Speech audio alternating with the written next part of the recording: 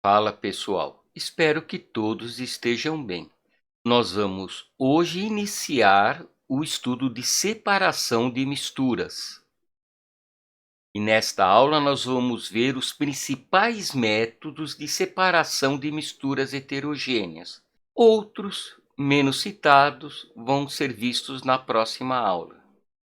Separação de mistura às vezes é denominada análise imediata. O termo análise também tem o sentido de separação. É o contrário de síntese, que significa junção. E vamos iniciar mostrando o que não vai valer nessa brincadeira de hoje. Imagine que nós tenhamos uma mistura de etanol, o álcool etílico, álcool comum, e o dicromato de potássio, que é esse sal laranja que está aí depositado no fundo do recipiente. Como nós podemos separá-los? Pois é, Milito, queimar o álcool não vale. Vamos ver por quê. Se você queima o álcool, ele vai se transformar em gás carbônico e água na forma de vapor, realmente vai sair e vai restar o quê? O dicromato de potássio. Mas isso não vale porque eu destruí uma das substâncias. Eu realizei um processo químico, lembra? Reações químicas. E uma das substâncias foi perdida. E se eu quisesse o álcool? Portanto, neste estudo nós só vamos utilizar processos físicos. Nenhuma substância, portanto, vai poder ser destruída. Ah, Milito, você só tem ideia de jirico também. Se manda. O primeiro método que nós vamos citar trata-se da filtração. Ela pode ser utilizada para separar um sólido de um líquido ou um sólido de um gás. O processo é feito com um funil, o papel de filtro dobrado dentro do funil. Quem viu coar café, ainda mais hoje em dia que os coadores são de papel, sabe exatamente como é. Então imagina que eu tenho uma mistura sólido mais líquido. O sólido é retido no papel de filtro, é o resíduo da filtração, e o líquido que passa é o filtrado. Já um exemplo de filtração sólido-gás, nós temos, por exemplo, os filtros de automóveis, filtro de ar. Se você já viu trocar filtro de ar do automóvel, ele faz isso, tira poeira para que não entre e danifique o motor. E as máscaras também, que podem separar partículas do ar que está sendo inspirado e expirado. Quando a filtração é muito lenta e tem casos em que as partículas são muito finas, elas entopem o papel. Pode-se realizar a filtração a vácuo. Ela é realizada com um funil chamado funil de Büchner. Ele habitualmente é feito de porcelana com uma placa cheia de furinhos. E o papel não é dobrado, ele é colocado aberto aqui.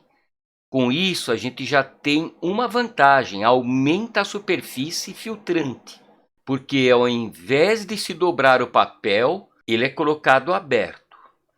Além disso, através de uma rolha, ele é colocado num frasco, geralmente chamado kitasato, e esse frasco tem uma saída lateral que permite a retirada do ar através de uma bomba de vácuo ou algum dispositivo semelhante. Antes de você ligar a bomba de vácuo, você tem a pressão externa igual à pressão interna. Porém, à medida que o ar é retirado, a pressão interna diminui. A pressão externa, então, maior, empurra rapidamente o líquido para dentro do recipiente. A filtração a vácuo acelera o processo. Vamos estudar agora um processo de separação denominado decantação. Pode ser usado para sólido mais líquido, líquido mais líquido ou sólido mais gás. Aqui, por exemplo, imagina água com uma sujeira grosseira, terra, e esse sólido então se deposita sob a ação da gravidade. Ele se sedimenta, por isso que quando nós temos sólido mais líquido, a decantação também é chamada de sedimentação.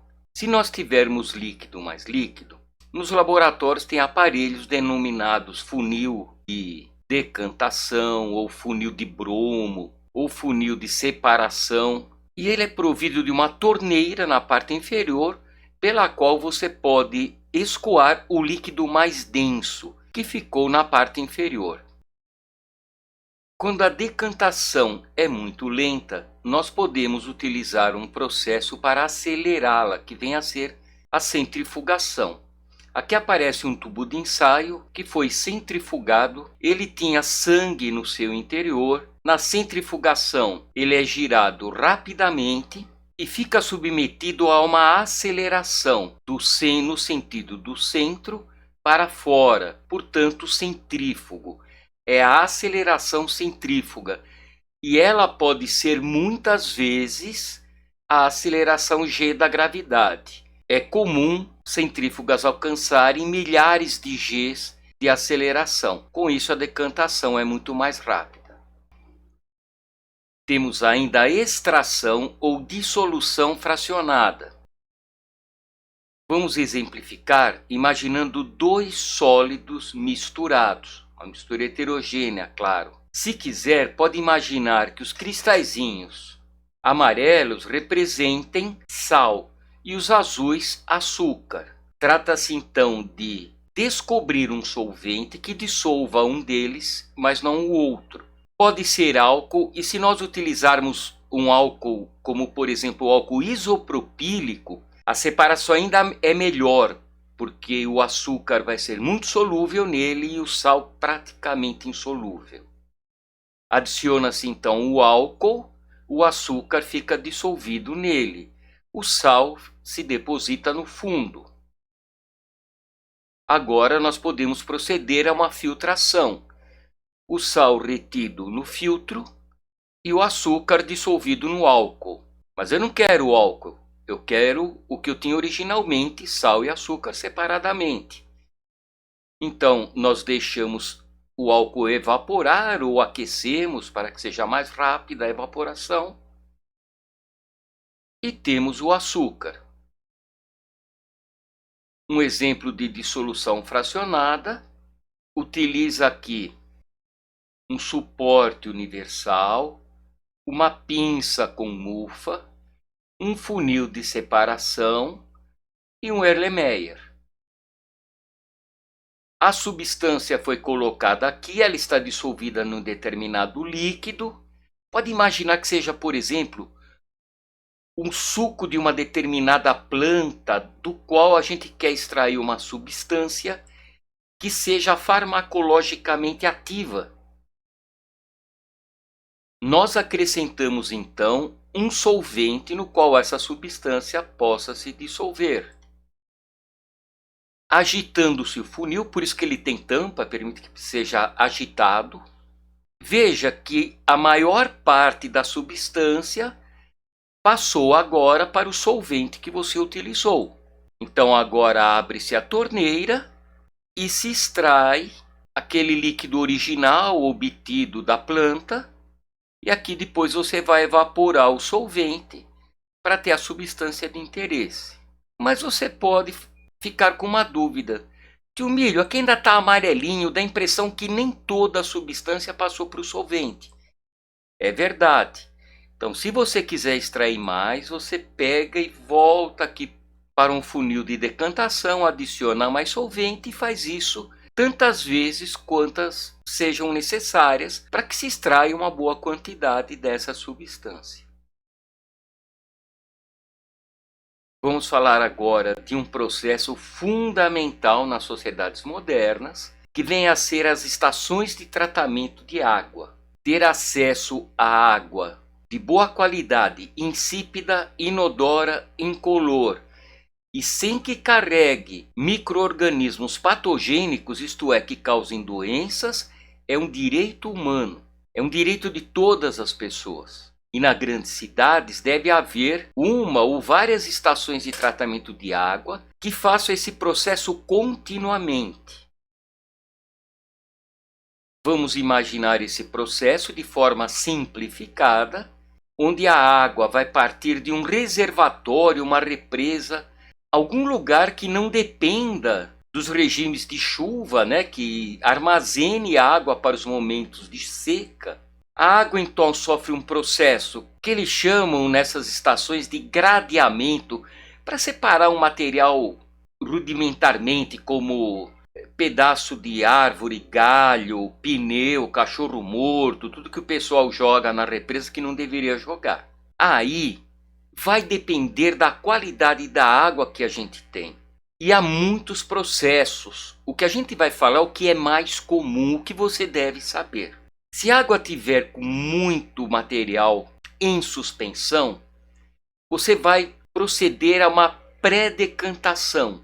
O material mais denso sedimenta e então pode ser retirado. Mas tem um material que pode demorar meses para decantar, que é a argila.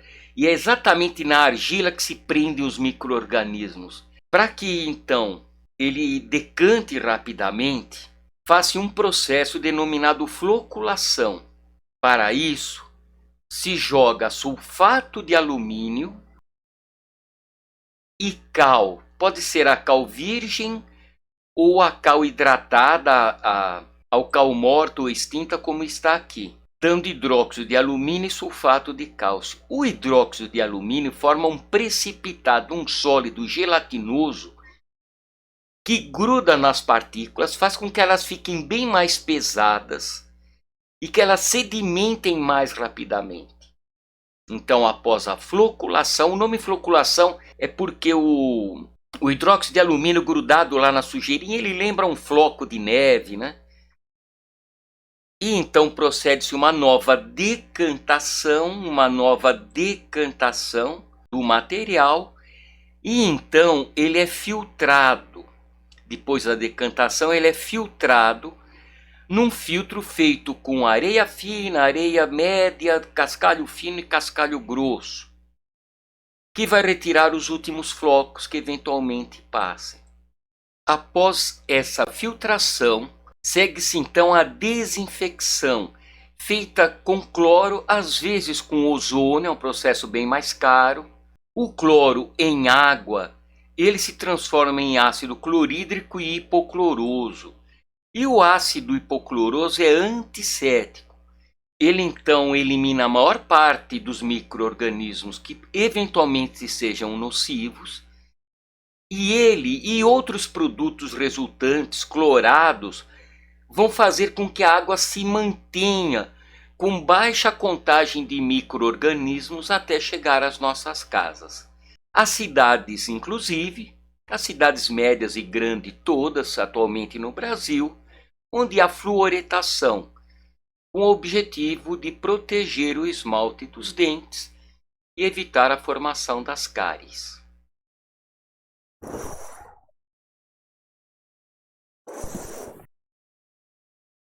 Bem, ficamos por aqui.